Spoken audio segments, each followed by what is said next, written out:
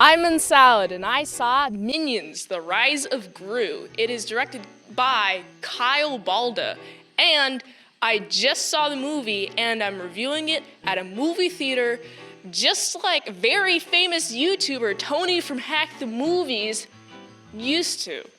So, I wasn't really expecting much when I came into this movie. I was like, okay, well, this is another Minions movie. Is it going to be better or worse than the last one? And I was like, oh, I don't expect much out of sequels. So I gotta say, it surprised me. The movie starts, you get to see a young Gru, and you get to see the whole, what is it called? James Bond-esque opening. And it's pretty cool. And I like the opening a lot, especially the animation, the silhouettes. It's pretty cool. So yeah, Gru, he's like, oh my goodness, I love the big villain 6 people. This takes place in 67, and he is 11 at this point. So that makes him born in 56, which means if he were to be alive in 2022, he would be old. Do your math. I'm not a calculator. Anyway, so yeah, Gru is like, oh, I want to be part of the big 6, and he has a bunch of minions, right? And he's doing all these schemes with the minions. He's a little despicable. Wow, I can't believe it, despicable. Who knew Gru was despicable? But anyway, yeah, Gru's like gets this package, and he gets accepted as like part of an application, right, to be part of the 6, and he goes there, right? The minions follow him, despite his advice. He wants to go alone. Big mistake. So the minions follow him, of course, and he goes through this record store. He says the secret passcode, which is pretty cool, and then he goes down this elevator that like plummets from like 8 to 1 immediately, and I was like, that's hilarious. He just like face down. There's a lot of physical humor in this movie, a lot, and that I laughed at a lot. I was like, I wasn't expecting to laugh. But anyway, so he meets the villain 6. Well, there's only 5, because on a heist to find this magic jewel that they have hiding there. I mean, it's not even hiding, it's in plain sight, but it's behind them. So if anyone were to try to get this jewel, then they would see. But they kick a guy out. Hey, we're going to betray you. You go into the ocean now. Well, I guess a river of some sort. But Gru's like, I'm a villain. Let me be in your villain club. And so Bell Bottoms, she's like, you were just a kid, huh? I love her, by the way. Her style is awesome, with the tassels everywhere. The big afro looks really cool. Like, especially how it's animated, like, wow, it looks amazing. But honestly, she's like, ha, sucks for you, Gru. And I'm like, no, Gru, your dreams are being crushed. Well, I guess you're only 11. He gives this like whole speech where he's like, when I was 10, if you told me I would have been accepted into being able to apply to be part of the big villain 6, then I would have been like, your brain's full of rocks. But now that I'm 11, and I'm like, awesome, I know exactly how old you are, Gru, because you say it. How old are you in the other movies? I'm very curious. But anyway, of course, they get distracted by another applicant, wingman suit, and then he starts flying everywhere. He is rejected, obviously, because he can't control his suit, but Gru uses this opportunity to steal the jewel for them, because specifically, she's like, hey, little kids can't steal from adults. Nope, that's not a thing that can happen. And then yoinked, you get yoinked. The jewel yoinked, and then Gru has to run away. Gru big runs, run. He runs home. He's like, I got the jewel, awesome. But guess what? There's a big fat and a PHAT minion. His name's Otto. And he's like, I got the stone, and he brings out like a pet rock. Turns out he traded it for someone's pet rock. It's like, oh, here's a magical stone, I want a pet rock. And of course, he fired. Gru's like, I don't want to talk to any of y'all. Y'all are disappointing me. No way. No, don't talk to me. And then he walks outside alone in the rain, and then he gets napped. Yoinked. Bagged. This is why you don't walk alone, by the way. So yeah, then Kevin's like, oh, I gotta run over back to him. I gotta run. Where do I go? He tries to run, fails, obviously, and then he's kind of chills for a while. Then we get to catch up on Gru. Gru gets yoinked, sent to San Francisco. He gets placed on a disco player where he is spinning for 48 hours. Or like, I think a day, actually. It was planned for 48 hours. By his favorite villain ever, by the way. Isn't that just amazing? He gets to meet his favorite villain. I want to meet my favorite villain. But honestly, I would have like puked within the first 5 minutes of being on that, because I'm very sensitive to spinny rides. You get a bunch of henchmen, right? Those henchmen are practicing in the yard, and Kevin, Bob, Stuart, those three guys, they are like, hey, let's go to San Francisco. And they go to San Francisco through a bus. And Otto just like is chasing a guy. He's chasing a guy on a tricycle who's on a motorcycle, and he's going very fast like Sonic. Despite how fat he is, he's very much like Sonic. I mean, wow, he goes very fast. Oh boy, the guy's really cool, because so Otto goes to the person with the pet rock.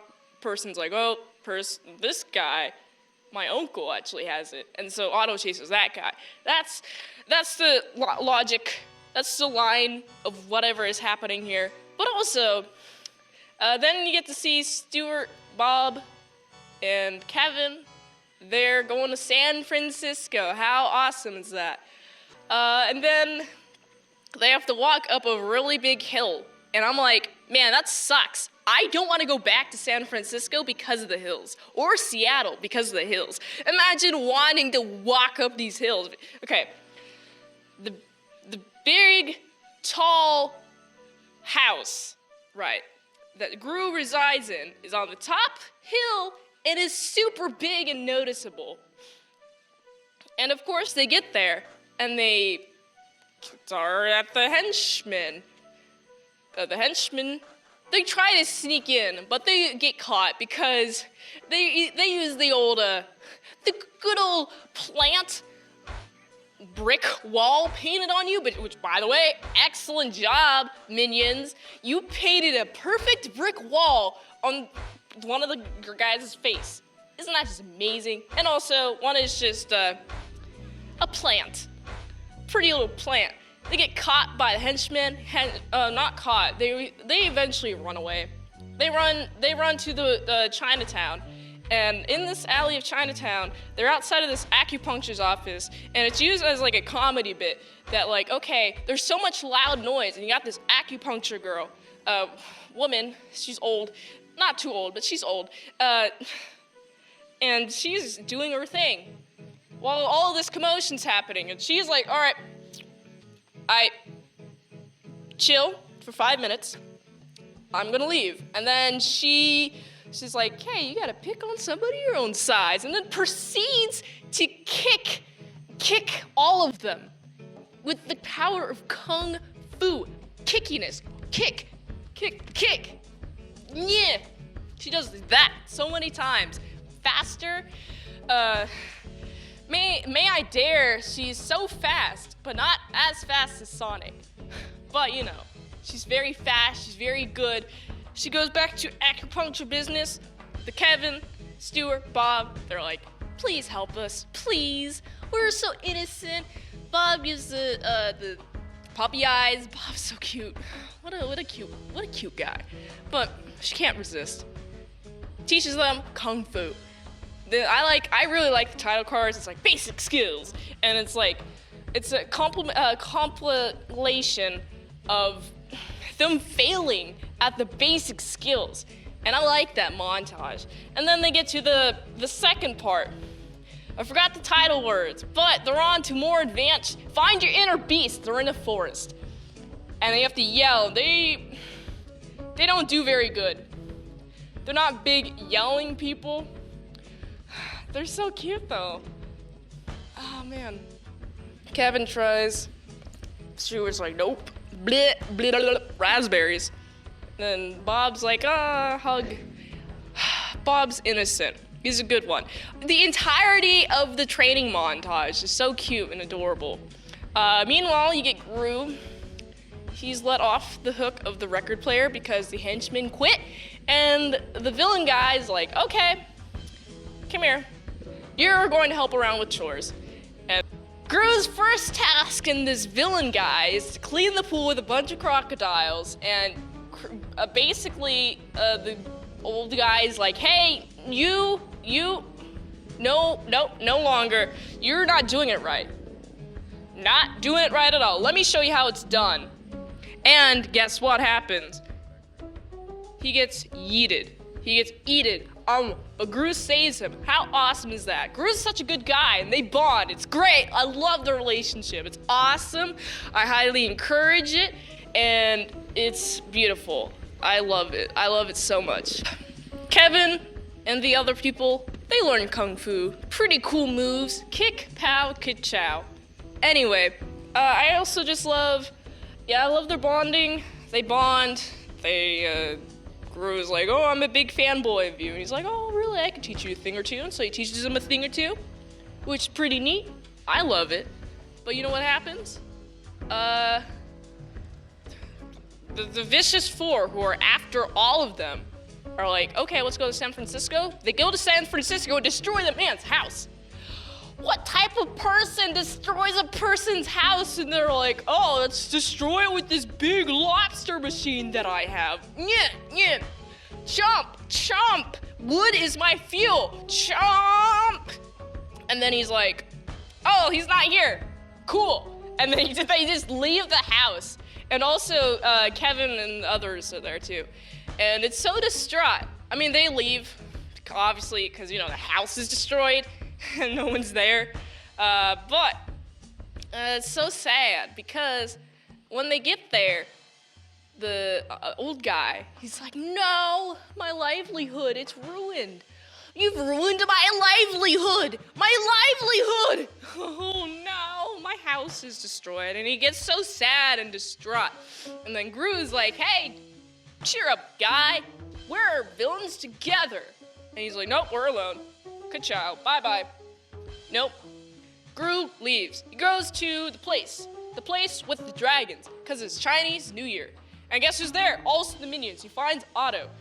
And he's like, oh, I'm gonna unite with Otto, because Otto's a cool guy. And then, because there's also there the Six, they steal the omelet. The amulet. They steal the amulet.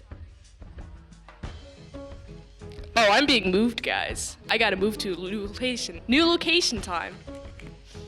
All right, new location. Just like the new location that we're at, where Gru and minions are here, and also you got a bunch of people. The Six are here. They steal the amulet, and they turn into dragon, ox, tiger, snake, angry monkey, very angry monkey, and they also turn the minions into a ram, a chicken, and a bunny, which is quite cute. Honestly, the cutest thing ever. They have this really long fight sequence. I'm like, oh, are they going to make it or are they gonna not? And I was like, oh wait, this is a kids movie. Of course they're gonna make it. But how do they make it? Well, they find their inner beast. Ha! Ka-chow! Big ka-chow energy. Sends a big force field. They go flip in the air. Big flip. And you know what's awesome? Uh, the amulet, the omelet guy, the green omelet. Take the green omelet, and he harnesses the power. Hey, you're not allowed to be animals anymore. And so, he takes the animal abilities, turns into all rats, and then the rats get taken away into the anti-villain league, and Gru's left alone, because he's not a villain yet, he's only a kid. But won't they know, the anti-villain league, the misdeeds of Gru in the future. But also, Gru is now speaking at a funeral, which is real sad. Funeral for the guy he loves. He's like, oh, I'm so sad. I love this guy so much. He sees the guy, tries not to freak out. He's like, oh my God, the guy's alive. But no, he's like, oh man, just gotta appreciate all the ones that you got. Appreciate, you gotta find a tribe. And then once you find your tribe, you gotta stick with your tribe. Because that's all you're gonna get. And then they drive off. He goes into the car, he just hugs them, it's cute. And then they drive off. And that's the end of the movie. And I'm like, this is actually pretty good. Like, honestly, wow, I wasn't expecting that. There's a lot of funny moments that I wasn't expecting to laugh at. Like, a lot of, just like, you got Bob hugging like this wood pole thing, and it's like, oh, you're supposed to kick it, but you're so innocent that you just want to hug it. Oh, that's so cute. Awesome sauce. And you know, there was funny dialogue. Very goofy. I liked this movie better than the first Minions, so I gotta give this movie a solid 7.5 out of 10. If you like that content and more content at patreon.com/ASEpresents for $3 a month, daily vlogs plus extended mint salad sauce, $20 a month, one movie request for 1 month. So go check out patreon.com/ASEpresents. Other links to support me, you can check out my link tree down below, linktree.com/itsmintsalad. Until next time, I'm in Salad Saw. I'll see you later, my salad croutons and bacon bits.